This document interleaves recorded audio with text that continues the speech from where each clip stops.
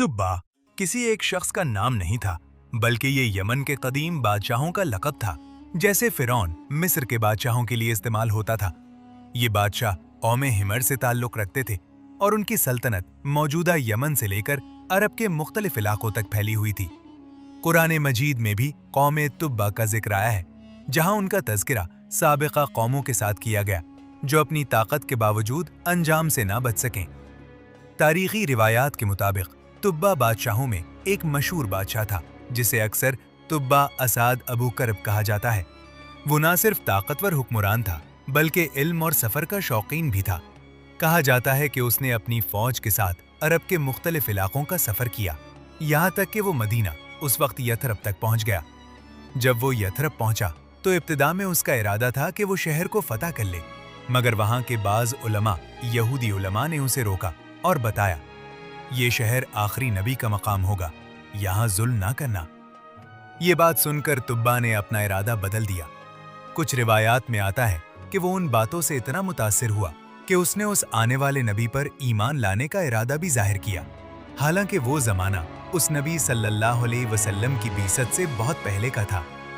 इसी सफ़र के दौरान तुब्बा मक्का मुकर्रमा भी पहुंचा।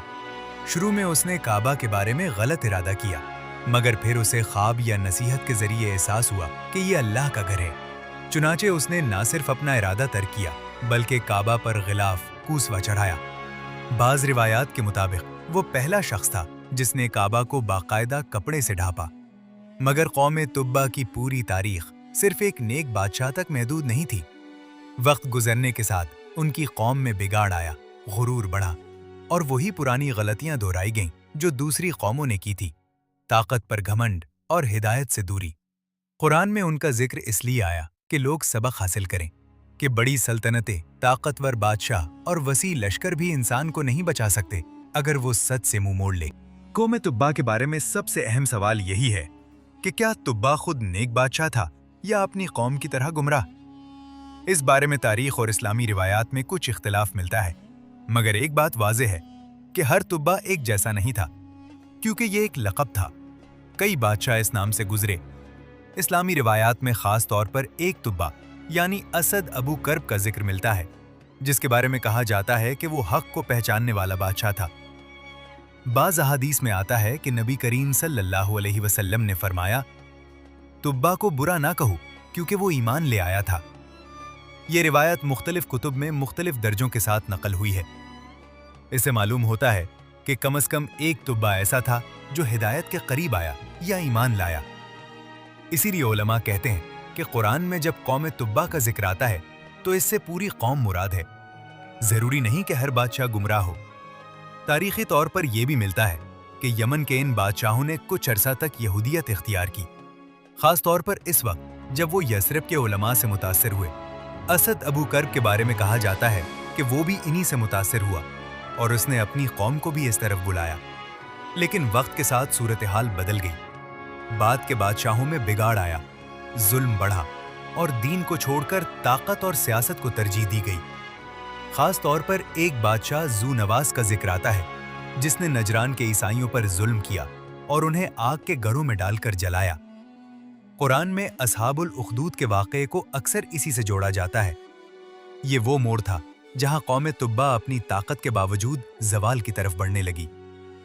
जुल्म, गुरूर और दीन से दूरी ने उनकी बुनियादें कमज़ोर कर दी। कुरान मजीद में सूरह दुखान और सूरह काफ में उनका जिक्र इन अल्फाज में किया गया है कि क्या वो बेहतर थे या कौम तुब्बा और वो लोग जो उनसे पहले गुजर चुके?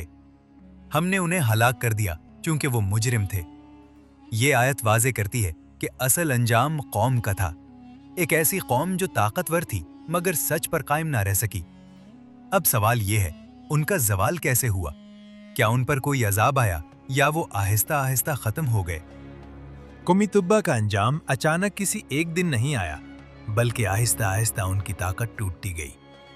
तारीख बताती है कि जब जुल्म, फ़िरक़ाबंदी और दीन से दूरी बढ़ी तो उनकी मजबूत सल्तनत अंदर से कमज़ोर होने लगी। ख़ास तौर पर ज़ू नवास के ज़माने के बाद हालात तेज़ी से बिगड़े। नजरान के वाक़े असहाबुल उखदूद के बाद दूसरे ताकतवर इलाकों ने भी उनके खिलाफ कदम उठाया।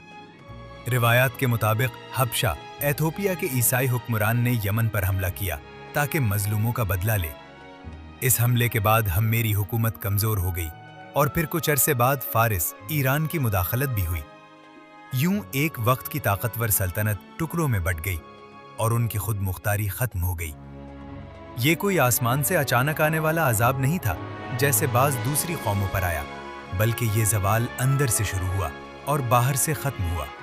قرآن کا انداز بھی یہی اشارہ دیتا ہے کہ انہیں ان کے جرائم کی وجہ سے ہلاک کیا گیا، یعنی ان کے اپنے اعمال ہی ان کی تباہی کا سبب بنے۔ اہم بات یہ ہے کہ تبا کا لقب رکھنے والے کچھ بادشاہ نیک بھی تھے، مگر پوری قوم بعد میں بگڑ گئی۔ طاقت، علم اور حکومت ہونے کے باوجود وہ اپنے انجام سے نہ بچ سکے۔ اسی لیے قرآن میں ان کا ذکر ایک مثال کے طور پر کیا گیا کہ صرف طاقت کافی نہیں ہوتی، اصل چیز سچ پر قائم رہنا ہے۔